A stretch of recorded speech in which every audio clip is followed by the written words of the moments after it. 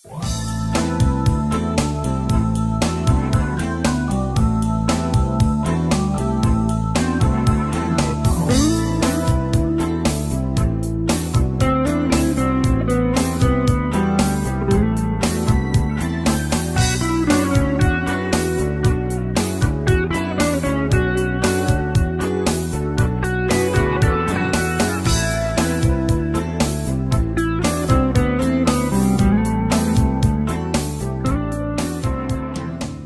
ara us presento el senyor Tomàs Cosiner, que us parlarà una mica de la bodega.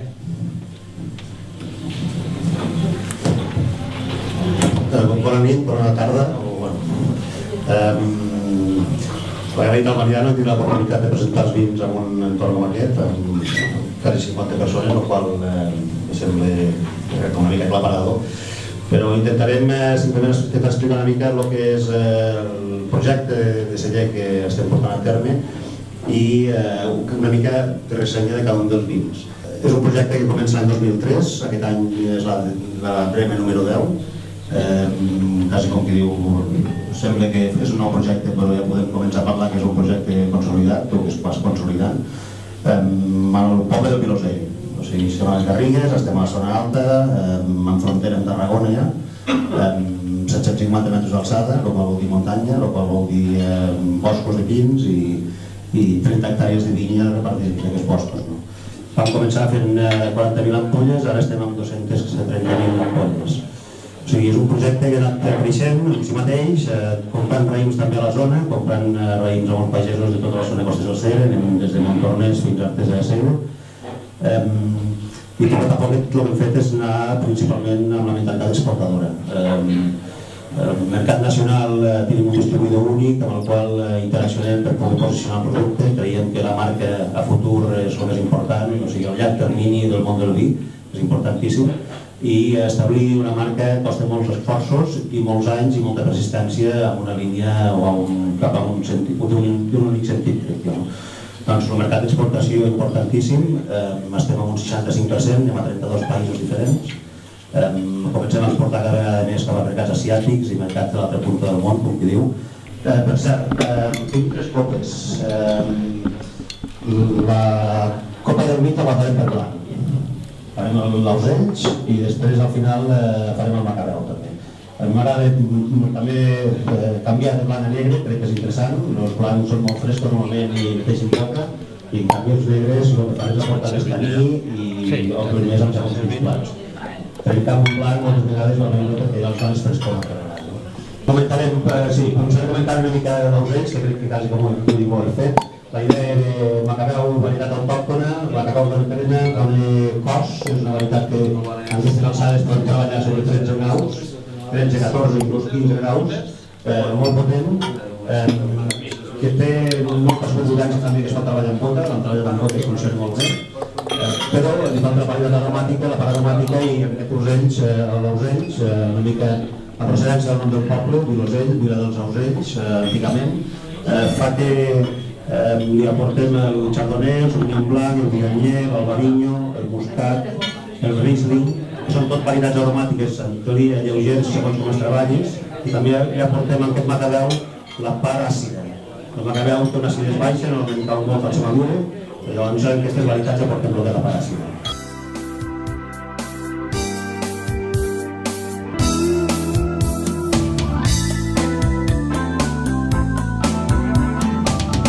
Bé, ho trobarem després el llebre amb un procedor de risotto.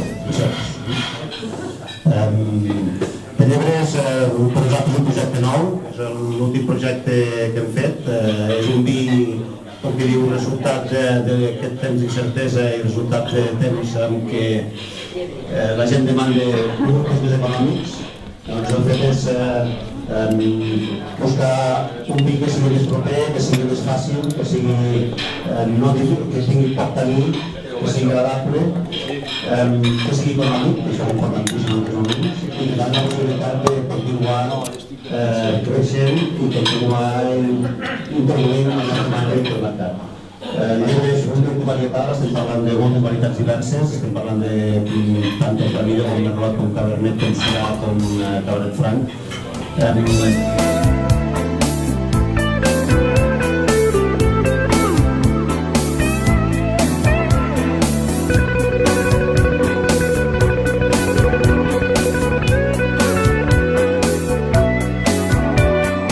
Vilosell és per nosaltres el vi més important, és el vi que més treballem, el que ens ha donat més marca, el que fem més ampolles, el que porta les ratlles, reconeixible.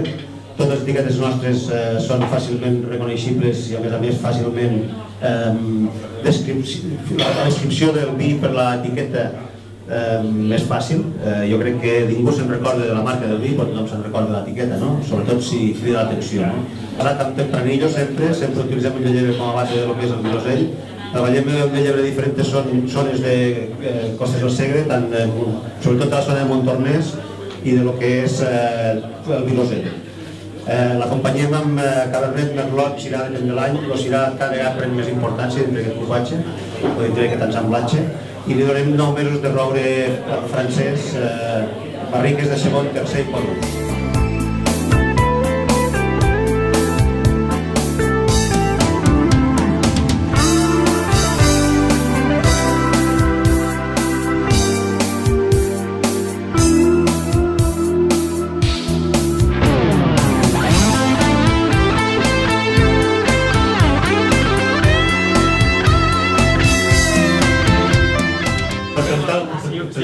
Primer de tot, m'agradaria fer una reflexió sobre, primer de tot, donar gràcies al Rodri i al Noé, que són sommeliers de professió de carrera, com qui diu, s'encarreguen de comercialitzar el vi i s'encarreguen de tindre el contacte amb el client final. Crec que és important un reconeixement amb una feina que dins del nostre sector és crucial, important i bàsica.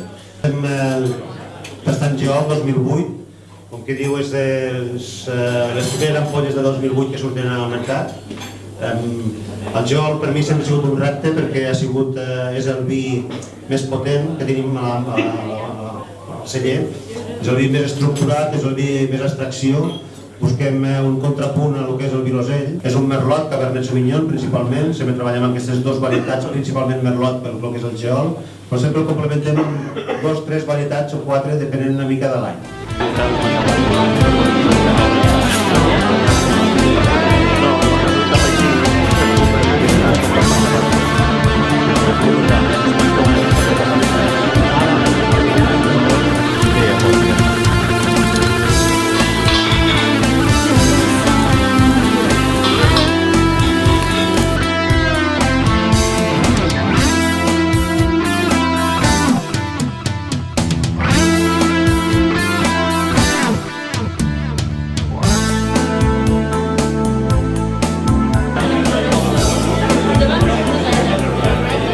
L'any 2007 el nostre distribuïdor a Espanya, Vilavinitanca, ens va demanar que ens féssim una ampolla especial pel seu 75 aniversari i vam fer una investigació, un estudi d'agafar raïms, de seleccionar els raïms amb vinya, després seleccionar-los a lo que és el celler per treure tot el que és la part verda que pugui entrar dintre del dipòsit, i vam fermentar amb botes de roure 220 litres. Doncs el primer any, 2007, vam fer un vi projectant-se cap a fer una selecció fermentat amb barrica petita, el qual vol dir que necessitem moltes botes fermentades una a una. De fet, és un mitjà de fermentació que aporta el roure durant la fermentació i a més també és un mitjà més oxidatiu perquè és un espai més reduït. No és el mateix fermentar amb ciment que amb inoxidable i que amb fusta, sempre dona tons diferents.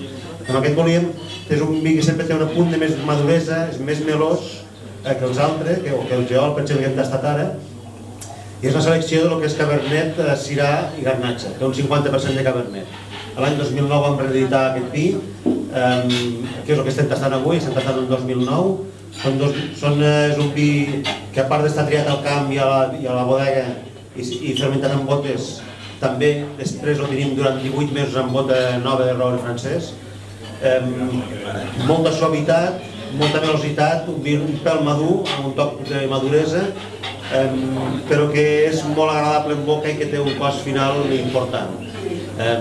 És la nostra primera sortida al mercat amb aquest vi, el fica Comabarra. Comabarra és el nom de la finca de la que surt. Normalment ens intentem identificar, com he dit abans, al màxim al territori. Ara provem aquest Comabarra, que és novetat, que realment fa poc temps, fa un parell de mesos que estem venent-lo. I després d'aquest provarem el Racons. Ja us el presento. El finca Racons serà un blanc amb els postres, una vinya vella de lo que hi ha al Vilosell. A l'entrada del poble, quan entreu al poble hi ha una vinya a la dreta que és antiga i és una vinya que està plantada entre el 1917 una part i el 1955 una altra. Monovarietal, fermentat en barrica i 4 mesos de criança amb una acidesa força interessant. Acabarem després amb la conclusió. Gràcies.